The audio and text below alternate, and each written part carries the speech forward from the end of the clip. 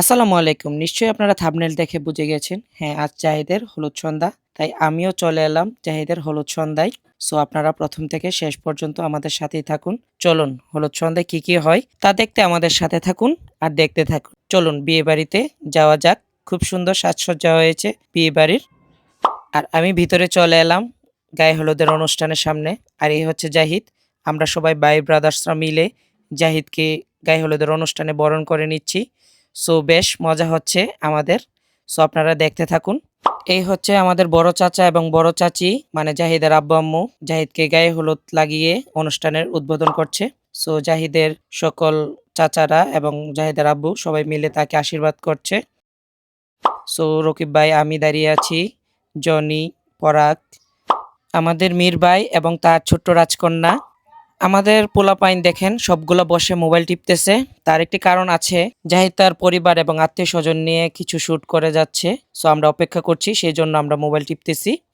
আর এখন আমাদের পালা। এই যে তানবীর এবং নোমান উঠে পড়েছে স্টেজে। আমাদের দুই মুরব্বী আরিফ ভাই এবং রাকিব ভাই উঠে পড়েছে এই স্টেজে, আপনারা দেখতে পাচ্ছেন। তারপর রানা হৃদয় উঠে পড়েছে জাহিদকে হলুদ লাগানোর জন্য। তারপর আমি আর পরাগ উঠে পড়লাম জাহিদকে হলুদ লাগানোর জন্য। সো আমাদের কেমন লাগছে অবশ্যই কমেন্টে জানাবেন। তারপর আমরা সবাই একসাথে বসে পড়লাম, ভাই ব্রাদার সবাই একসাথে দেখে।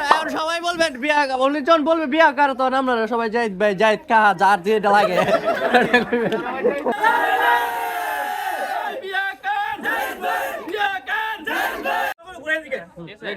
বিয়া হয় না কার, বিয়া হয় না কার, বিয়া হয় না কার। যথারীতি আমাদের অনুষ্ঠান প্রায় শেষ হয়ে গেল। সো এখন বসে একটু রেস্ট নিচ্ছি। তারপর সবাই মিলে কথা বলছি, একটু দুষ্টামি করছি। এই যে দেখেন সবাই একটু দুষ্টুমি করছি। হৃদয়ের ডান্সের জন্য অপেক্ষা করছি।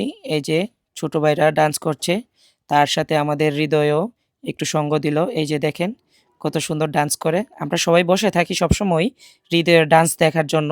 আপনারা অবশ্যই কমেন্টে জানাবেন হৃদয়ের ডান্স আপনাদের কাছে কেমন লাগে। সো আপনারা সবাই ভালো থাকবেন আর এই ভিডিওটি একটু বেশি বেশি শেয়ার করবেন। যারা দেশের বাইরে রয়েছেন তার জন্য এই ভিডিওটি তৈরি করা বিশেষ করে। সবাই ভালো থাকবেন। আল্লাহ হাফেজ।